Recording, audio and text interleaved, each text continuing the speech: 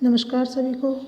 आज हम कक्षा 12 की समाजशास्त्र की ऑनलाइन क्लास में पाठ 9 जनसंचार, सामाजिक परिवर्तन एवं सामाजिक आंदोलन पढ़ेंगे।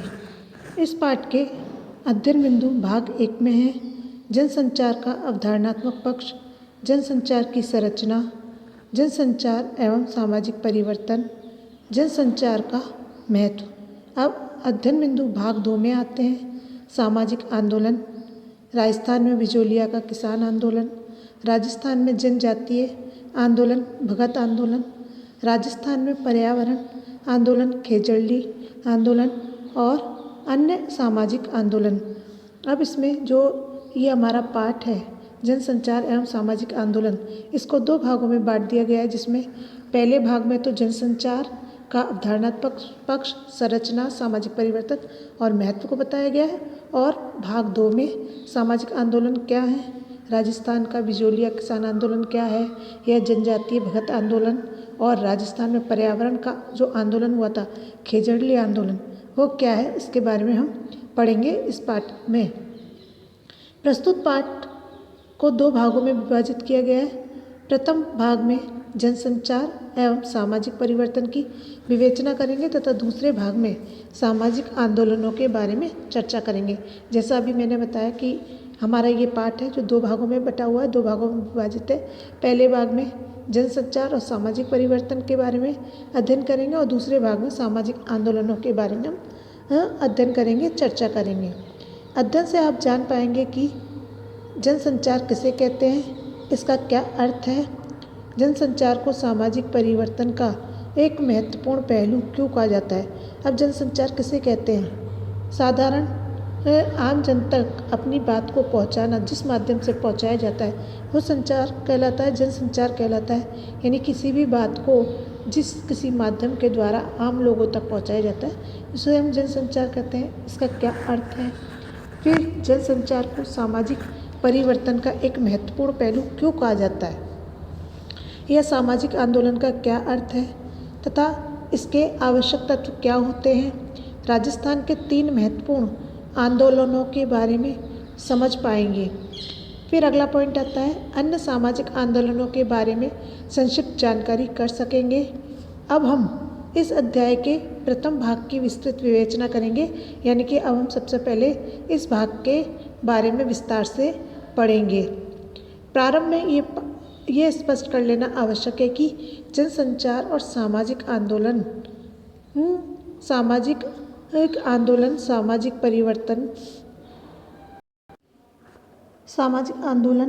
परिवर्तन लाने में महत्वपूर्ण भूमिका निभाते हैं। अर्थात जनसंचार, सामाजिक आंदोलन और सामाजिक परिवर्तन, इन तीनों के में अंतर संबंध है। यानी कि जो जनसंचार है, सामाजिक आंदोलन है और सामाजिक परिवर्तन है, इन तीनों में आपस में अंतर संबंध है। ये आपस में एक दूसरे से संबंधित है। ये तीनों ही एक दूसरे पर निर्भर भी हैं। हम ये कह सकते हैं कि सामाजिक परिवर्तन के विभिन्न आयामों की विवेचना में संचार और सामाजिक आंदोलनों का अपना महत्व है। जनसंचार एक माध्यम है जिसके द्वारा संदेश, सूचना एवं विचार आम लोगों तक पहुंचते हैं। कहा जाए कि जनसंचार किसे कहते हैं, तो जनसंचार एक माध्यम है जिसके द्वारा संदेश, सूचना, विचार आम लोगों तक पहुंचते हैं, आम लोगों तक पहुंचाए जाते हैं, उसे हम जनसंचार कहते हैं। इसी से प्रभावित होकर लोग सामाजिक आंदोलन के प्रति जागरूक होते हैं। साथ ही सामाजिक आंदोलन जब घटित होते हैं तो उनके परिणाम को हम सामाजिक परिवर्तन के रूप में देखते हैं। अब यहाँ पर बताया गया है कि जो लोग इससे प्रभावित होकर के सामाजिक आंदोलन के प्रति जो जागरूक है, उनमें जो जागरूकता होती है। साथ ही सामाजिक आंदोलन जब घटित होते हैं, यानी कि ये जब सामाजिक आंदोलन होते हैं तो इनके परिणाम को हम सामाजिक परिवर्तन के रूप में देखते हैं, इसका सामाजिक परिवर्तन के रूप में मूल्यांकन करते हैं। इसी बात को हम दूसरे शब्दों में भी प्रकट कर सकते हैं, दूसरे शब्दों में भी कह सकते हैं। अर्थात सामाजिक परिवर्तन लाने के लिए किसी महत्वपूर्ण मुद्दे के बारे में जनसाधारण को भागीदारी आवश्यक होती है। अब इसमें बताया गया कि तो सामाजिक परिवर्तन लाने के लिए किसी भी महत्वपूर्ण मुद्दे के बारे में जनसाधारण की भागीदारी आवश्यक होती। कोई भी हमारा टॉपिक है यानी कि कोई भी बात है, मुख्य बिंदु है, उसमें जो जनसाधारण व्यक्ति हैं उनकी भागीदारी आवश्यक होती है, ज़रूरी होती है। इसी भागीदारी के लिए लोगों से संपर्क करना भी आवश्यक हो जाता है। ये बात भी महत्वपूर्ण है कि संपर्क प्रत्यक्ष हो सकता है अथवा अप्रत्यक्ष भी हो सकता है, लेकिन बिना संपर्क के भागीदारी असंभव हो जाती है। वर्तमान में तो विद्वान और प्रौद्योगिकी ने जनसंपर्क एवं जनसंचार के साधनों में क्रांतिकारी बदलाव करके इनकी गति को बहुत ही तीव्र कर दिया है। जनसंचार की गति अब वैश्विक स्तर की है। कुछ ही क्षणों में सभी प्रकार के संदेश, सूचनाएं एवं विचारों को सर्वत्र प्रेषित किया जा सकता है। अब इसमें बताया जा रहा है कि जो जनसंचार की गति है वो विश्व स्तर की है। कुछ ही क्षणों में यानी कुछ ही मिनटों में सभी प्रकार के संदेश या सूचनाएं व विचार सभी को सर्वत्र भेजे जा सकते हैं, प्रेषित किया जा सकता है।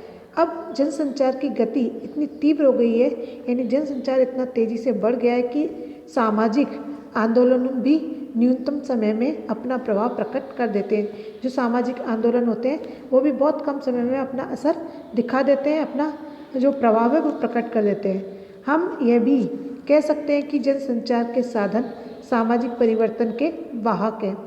जनसंचार सामाजिक आंदोलन और सामाजिक परिवर्तन अंतः संबंधित प्रघटनाएं हैं। सबसे पहले हम जनसंचार के अवधारणात्मक पक्ष को समझने का प्रयास करेंगे कि जनसाधारण का अवधारणात्मक पक्ष क्या है। जनसंचार का अवधारणात्मक पक्ष जब कोई संदेश या समाचार किसी माध्यम से आम जन तक पहुंचाया जाता है तो इसे जनसंचार कहा जाता है। आप इसे अंडरलाइन कर लें और यह इम्पोर्टेंट है, परीक्षा में पूछा जाता है कि जनसंचार किसे कहते हैं। तो जब कोई भी संदेश या समाचार किसी भी माध्यम से या किसी भी तरीके से आम जन तक पहुंचाया जाता है तो इसे जनसंचार कहा जाता है। समाजशास्त्रीय दृष्टिकोण से जनसंचार एक सामाजिक प्रक्रिया है जिसके द्वारा सूचनाओं, संदेशों को एक स्थान से दूसरे स्थान पर पहुंचाया जा रहा है। अब इसमें कहा है अगर हम समाजशास्त्रीय दृष्टिकोण से जनसंचार को देखें तो ये एक सामाजिक प्रक्रिया है जिसके द्वारा जो सूचनाएं हैं, संदेश हैं, उनको एक स्थान से दूसरे स्थान पर, एक जगह से दूसरी जगह पर भेजा जा रहा है, पहुंचाया जा रहा है। जॉर्ज सी मेल ने जनसंचार की अवधारणा की व्याख्या करते हुए लिखा है कि जनसंचार के ये साधन उन लोगों के मूल्यों और मनोवृत्तियों को प्रभावित करते हैं जो इनका उपयोग करते हैं। आप कह रहे हैं जो ये जनसंचार के साधन हैं ये सबसे ज़्यादा प्रभाव उन लोगों पर डालते हैं जो इनका प्रयोग करते हैं, उनका उपयोग करते हैं। दूसरी ओर आम लोगों के मूल्य एवं उनकी मनोवृत्तियाँ भी जनसंचार के साधनों को प्रभावित करते हैं। लार्सेन ने जनसंचार का अर्थ स्पष्ट करते हुए लिखा है कि किसी अवैयक्तिक साधन से अपेक्षाकृत बहुत से आम जनों को एक ही समय में किसी संदेश का प्रेषण है। क्या इसमें लॉरेंस जो है वो लिखते हैं, वो जनसंचार का अर्थ बताते हैं, कहते हैं कि किसी अवैयक्तिक साधन से जिस पर किसी एक पर्टिकुलर व्यक्ति का प्रयोग ना हो, नहीं किसी एक पर्टिकुलर व्यक्ति का अधिकार ना हो, किसी एक व्यक्ति विशेष का अधिकार ना हो, साधन से अपेक्षाकृत बहुत से जनों को एक ही समय में किसी संदेश का प्रेषण करते हैं, किसी संदेश को भेज देते हैं, ये सभी अवैयक्तिक साधन है। जैसे अवैयक्तिक साधन में है प्रेस, रेडियो, टेलीविज़न, सिनेमा, ये सभी आते हैं अवैयक्तिक साधन। इस पर पर्टिकुलर किसी एक व्यक्ति विशेष का अधिकार नहीं होता। से सीधे ही अपने श्रोताओं, पाठकों और दर्शकों को अपना संदेश देते हैं। ये संदेश नियमित भी होते हैं जो तात्कालिक भी हैं। जनसंचार साधनों के लिए 3 बातें महत्वपूर्ण हैं। पहली, दिए जाने वाले संदेश के प्रति लोगों का ध्यान आकृष्ट हो कि जो संदेश दिया जा रहा है उस संदेश के प्रति लोग अपना ध्यान आकृष्ट करें, यानी उस संदेश को लोग ज़्यादा से ज़्यादा सुने या पढ़ें। दूसरा आता है अपेक्षा के अनुसार ही लोग संदेश को और कह रहे हैं लोग जो अपेक्षा की है उसके अनुसार ही वो संदेश हो, लोग उसको पढ़ें। फिर तीसरा आता है लोग उस संदेश के बारे में अपनी प्रतिक्रिया देने में सक्षम हो, यानी जो संदेश दिया गया है पहले तो उस संदेश के प्रति लोगों का ध्यान आकृष्ट हो। दूसरे में बताया गया है कि अपेक्षा के अनुसार ही संदेश हो, जितनी अपेक्षा की जाती है उसी के अनुसार वो संदेश होना चाहिए। तीसरा बताया गया है कि लोग उस संदेश के बारे में अपनी प्रतिक्रिया देने में सक्षम हो, कि जो संदेश दिया गया है उस संदेश के बारे में लोग अपने सुझाव या अपनी प्रतिक्रिया दे सके, संदेश ऐसा होना चाहिए। फिर आता है जनसंचार की अवधारणात्मक विवेचना से स्पष्ट है कि जनसंचार एक महत्वपूर्ण प्रक्रिया है। इससे आम लोगों को वैचारिक रूप से प्रभावित किया जा सकता है, उनकी मनोवृत्तियों एवं व्यवहारों में भी परिवर्तन की अपेक्षा की जा सकती है। अब आता है हमारा टॉपिक जनसंचार की संरचना। जनसंचार की क्रिया को हम व्यवस्थित रूप से समझने के लिए इसकी संरचना की चर्चा करेंगे कि जनसंचार होता क्या है। तो सबसे पहले इसको समझने के लिए इसकी संरचना को समझना जरूरी है, आवश्यक है। जनसंचार की भी एक विशिष्ट संरचना होती है। अगर हम कहें कि जनसंचार की संरचना क्या होती है तो इसकी भी अपनी एक विशिष्ट संरचना है। इस संरचना का निर्माण विभिन्न इकाइयों से होता है। अब कहें जो जनसंचार है उस संरचना का एक निर्माण किससे होता है, तो इस संरचना का निर्माण विभिन्न इकाइयों से होता है। जनसंचार की पहली इकाई स्रोत के रूप में होती है। अब जो संचार की कहा है, संचार का जो निर्माण है, जो संचार की उत्पन्न करता है वो कई स्रोतों के द्वारा होता है, कई इकाइयों के द्वारा होता है। उसमें पहली इकाई जो बताई गई है वो स्रोत, जनसंचार की पहली इकाई स्रोत के रूप में होती है। स्रोत से तात्पर्य विचार की उत्पत्ति है। अगर हम कहें स्रोत क्या है तो स्रोत का अर्थ होता है विचार की उत्पत्ति, की किस प्रकार से व्यक्ति के मन में विचार उत्पन्न हुए। फिर घटना का घटित होना अथवा प्रकटीकरण, कि व्यक्ति ने जो विचार उत्पन्न हुआ उस उत्पन्न हुए विचार को घटित होना अथवा उसको प्रकट करना, कि किस प्रकार से वो विचार सामने प्रस्तुत किया या उसको वो विचार घटित हुआ। जैसे अब यहाँ पर उदाहरण देकर के समझाया गया है कि जैसे किसी धार्मिक उपदेशक द्वारा प्रवचन देना, राजनेता का भाषण, अलगाववादी का भड़काऊ बयान अथवा कोई अवांछनीय अथवा असामाजिक कृत्य करना। अब यहाँ पर कह रहे हैं कि पहला जो इकाई है वो है स्रोत, कि व्यक्ति जो सामाजिक आंदोलन जनसंचार है वो किस प्रकार से उत्पन्न हो रहा है और उसको घटित। फिर दूसरा आता है उसका घटित होना, कि वो किस प्रकार से अपना प्रभाव छोड़ रहा है या किस प्रकार से उसको प्रकट किया जा रहा है। अब इसको उदाहरण देकर कहा है जैसे किसी धार्मिक उपदेशक द्वारा प्रवचन देना, कोई भी धार्मिक उपदेशक है जो धर्म की व्याख्या करता है, जो प्रवचन देता है, उसका प्रवचन देना। फिर राजनेता का अलगाववादी ही का भड़काऊ बयान, कोई राजनेता जब भाषण देता है उसका बयान जो है अलगाववादी है या भड़काऊ है, अथवा कोई अवांछनीय अथवा असामाजिक कृत्य करना, यानी कि जो गैर कानूनी है यानी अवांछनीय है, उसके द्वारा करने न योग्य है, ऐसा कोई असामाजिक कृत्य करना।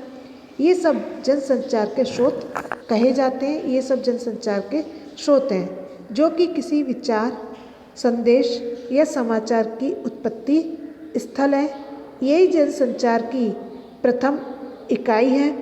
जनसंचार संरचना की दूसरी इकाई है संदेश। अब पहली इकाई तो था स्रोत, अब दूसरी इकाई आता है जनसंचार की ही संदेश।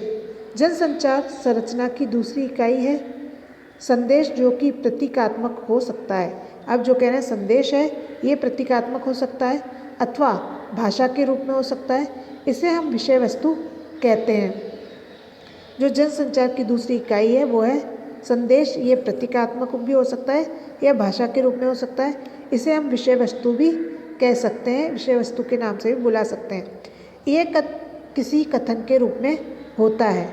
जो संदेश है वो किसी भी कथन के रूप में होता है अथवा प्रत्यक्ष घटित होने वाली घटना भी हो सकती है। या तो संदेश के रूप में हो सकता है या फिर किसी भी घटना के रूप में घटित हो सकता है। जैसे प्रवचन में सामाजिक मूल्यों की बात करना या प्रेरक प्रसंग सुनना। अब इसमें बताया गया कि जो जनसंचार की दूसरी इकाई संदेश है वो प्रतीकात्मक भी हो सकता है और क्या है, भाषा के रूप में भी हो सकता है या फिर किसी घटना के रूप में भी हो सकता है। और जैसे उदाहरण देकर के बताया, जैसे प्रवचन में सामाजिक मूल्यों की बात करना, प्रेरक प्रसंग सुनना, राजनेता के भाषण में भावी कल्याणकारी योजनाओं का उल्लेख करना। इसी प्रकार किसी समुदाय विशेष के प्रति टिप्पणी करना, हिंसा के लिए भड़काना, किसी के साथ अभद्र व्यवहार करना यानी किसी के साथ में बुरा व्यवहार करना एवं मारपीट करना, कानून को हाथ में लेकर के यानी कि गलत कार्य करके कानून को अपने हाथ में लेना यानी कि अपने आप को मुजरिम साबित करना, हाथ में लेकर के अराजकता फैलाना यानी कि कानून की बात को ना ध्यान, कानून को अनदेखा करके अराजकता फैलाना, लोगों को भड़काना, मारपीट करना आदि, ये सभी उदाहरण एक संदेश के रूप में है। अर्थात जनसंचार संरचना दूसरी इकाई है। अब तीसरी इकाई की चर्चा करें तो मनुष्य करें जो कि गंतव्य अर्थात लक्ष्य के रूप में है। अब पहली इकाई तो था यहाँ पर स्रोत, दूसरी इकाई था स्रोत, दूसरी इकाई था संदेश और तीसरी इकाई के चर्चा करें जो कि गंतव्य अर्थात लक्ष्य है। अब तीसरी इकाई की चर्चा करें जो कि गंतव्य अर्थात लक्ष्य के रूप में है। गंतव्य अथवा लक्ष्य से तात्पर्य उस जन समूह से है जिसके लिए संदेश प्रेषित किया जाता है। अगर हम कहें कि गंतव्य क्या है या लक्ष्य क्या है तो कहा जा रहा है कि गंतव्य अर्थात लक्ष्य के रूप में है। गंतव्य अथवा लक्ष्य से तात्पर्य उस जन समूह से है जिसके लिए संदेश प्रेषित किया जा रहा है, जिसके लिए संदेश भेजा जा रहा है, किया तथा जिसके लिए विचार उत्पन्न हुआ। हम इसे यूँ समझें कि स्रोत से चलकर संदेश के माध्यम से लक्ष्य की ओर जन समूह के विचारों, क्रियाओं, अंतःक्रियाओं और व्यवहारों को प्रभावित कर देना, उसमें परिवर्तन लाने के लिए उन तक पहुंचा देना ही जनसंचार है, जो कि क्रमशः 3 इकाइयों से निर्मित होता है।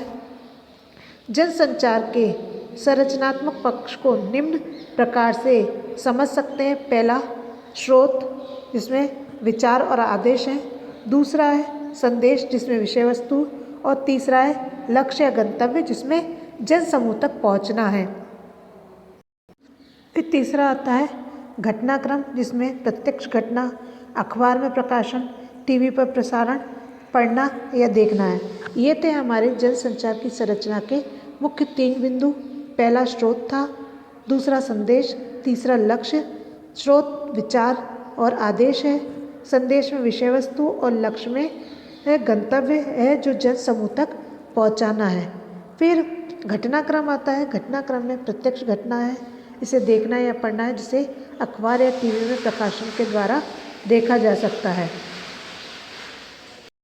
अब आता है जनसंचार एवं सामाजिक परिवर्तन। संचार मानव समाज की उत्पत्ति के बाद सामाजिक अंतःक्रियाओं एवं सामाजिक संबंधों के आधार पर विकसित होने वाली एक प्रक्रिया है।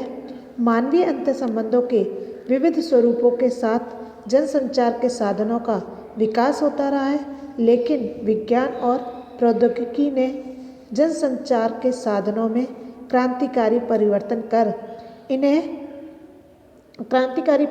कर इन्हें अत्यधिक उन्नत कर दिया है। ये कर दिए गए।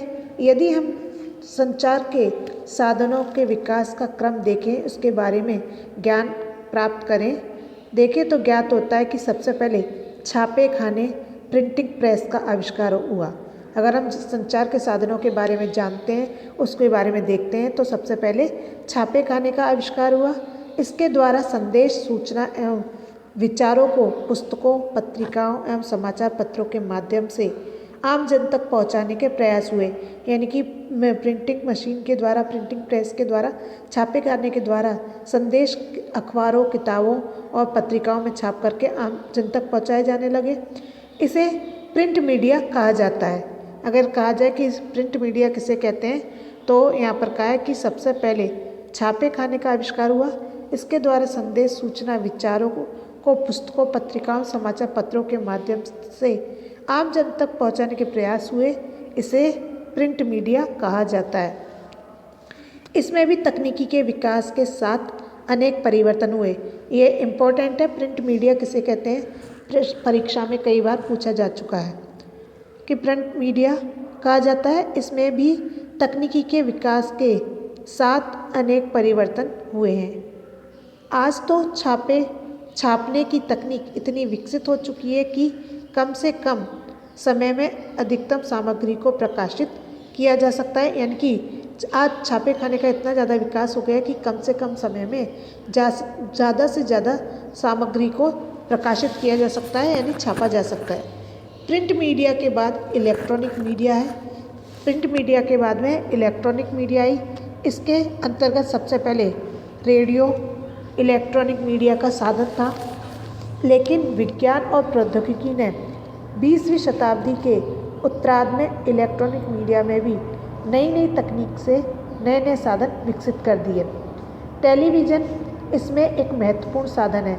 सबसे पहले प्रिंट मीडिया का आविष्कार हुआ और प्रिंट मीडिया के बाद में इलेक्ट्रॉनिक मीडिया आई और इलेक्ट्रॉनिक मीडिया में जो सबसे पहले आया वो था रेडियो। ये इलेक्ट्रॉनिक मीडिया का सबसे पहले रेडियो ही मीडिया का साधन था। इस रेडियो के माध्यम से व्यक्ति अपनी विचारों को, भावों को एक व्यक्ति से दूसरे व्यक्ति तक पहुंचाता था। लेकिन 20वीं शताब्दी के उत्तरार्ध तक इलेक्ट्रॉनिक मीडिया में भी जो है नए नए विकास हुए, तकनीकी विकसित हुई, साधन विकसित हुए, जिसमें टेलीविज़न इसमें सबसे ज़्यादा महत्वपूर्ण है। इसके बाद 21वीं शताब्दी यानी 21वीं सदी अपने साथ इलेक्ट्रॉनिक कंप्यूटर और जनसंचार को और अधिक विकसित एवं व्यापक स्तर पर ले आई। आज हम संचार के जिन साधनों का प्रयोग करते हैं, इनमें सबसे अधिक सशक्त साधन है इंटरनेट। अब इसमें कह रहे हैं कि प्रिंट मीडिया के बाद इलेक्ट्रॉनिक मीडिया आई और इलेक्ट्रॉनिक मीडिया में इतना ज़्यादा विकास हुआ कि आज हम संचार के जिन साधनों का प्रयोग करते हैं, उनमें सबसे ज़्यादा जो सशक्त माध्यम है वो इंटरनेट है।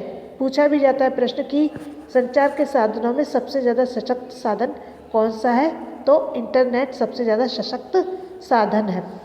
वैश्विक स्तर पर आर्थिक दृष्टि से कुछ देश विकसित हैं, कुछ विकासशील हैं और कुछ विकास की दौड़ में पीछे हैं। लेकिन संचार की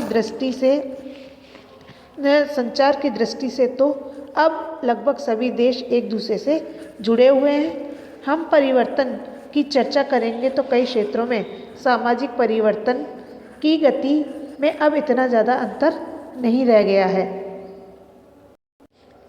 अब आता है जनसंचार का महत्व।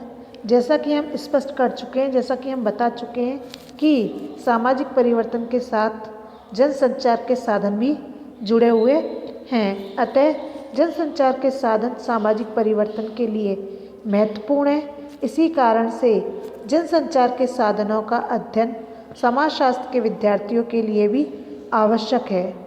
पूर्व के अध्यायों में आपने सामाजिक सांस्कृतिक परिवर्तन की अवधारणाओं एवं अन्य पहलुओं को समझा है। कह रहे हैं कि पहले के पाठों में सामाजिक जो सांस्कृतिक परिवर्तन है, उनकी अवधारणाएं हैं, उन सभी को पढ़ा है। इसी क्रम में ये भी समझ आ गया है, पढ़ा है। पूर्व के अध्यायों में आपने सामाजिक और परिवर्तन की अवधारणाओं के एवं अन्य पहलुओं को समझा है और इसी क्रम में ये भी समझ में आ गया कि मानवीय क्रियाएं और अंतःक्रियाएं ही सामाजिक सांस्कृतिक परिवर्तन का आधार होती हैं। अर्थात मानवीय क्रियाओं और अंतःक्रियाओं को संचार माध्यम प्रभावित कर सकते हैं, इनमें परिवर्तन भी ला सकते हैं। हम ये भी कह सकते हैं कि मानवीय व्यवहारों को संचार के साधन प्रभावित कर रहे हैं।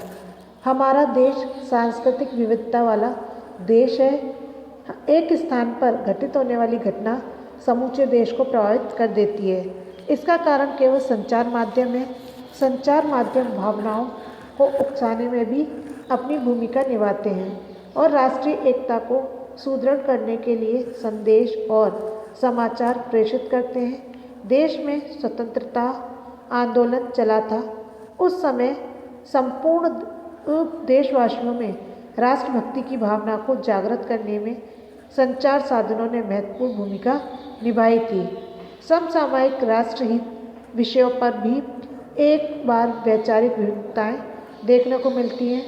संचार साधनों से आम जन भी अपनी धारणाओं को बदलकर उचित दिशा में परिवर्तन का निर्णय लेते हैं। फिर आता है जनसंचार साधनों की भूमिका का महत्व निरंतर बढ़ता जा रहा है कि जो संचार के साधन है उनकी जो भूमिका है उसका महत्व लगातार बढ़ रहा है। एक तरफ नकारात्मक विचार है और समाचार या संदेश संचार माध्यम से प्रसारित होते हैं, तो दूसरी तरफ सकारात्मक विचार समाचार संदेश भी प्रसारित होते हैं। यानी कि जो संचार के साधन है उसके सकारात्मक और नकारात्मक दोनों पहलू हैं। तो दूसरी तरफ सकारात्मक विचार समाचार या संदेश भी प्रसारित होते हैं। सामाजिक परिवर्तन तो दोनों ही स्थितियों में आता है, क्योंकि सामाजिक परिवर्तन अवश्य भावी है। अतः संचार के महत्व को भी देश काल और परिस्थिति के आधार पर समझा जा सकता है। यानी जो सामाजिक परिवर्तन है वो अवश्य भावी है, यानी अवश्य ही होना है। अतः इस संचार के महत्व को भी देश में किसी भी देश और उसके समय और उसके परिस्थिति के आधार पर समझा जा सकता है, उसको स्पष्ट किया जा सकता है।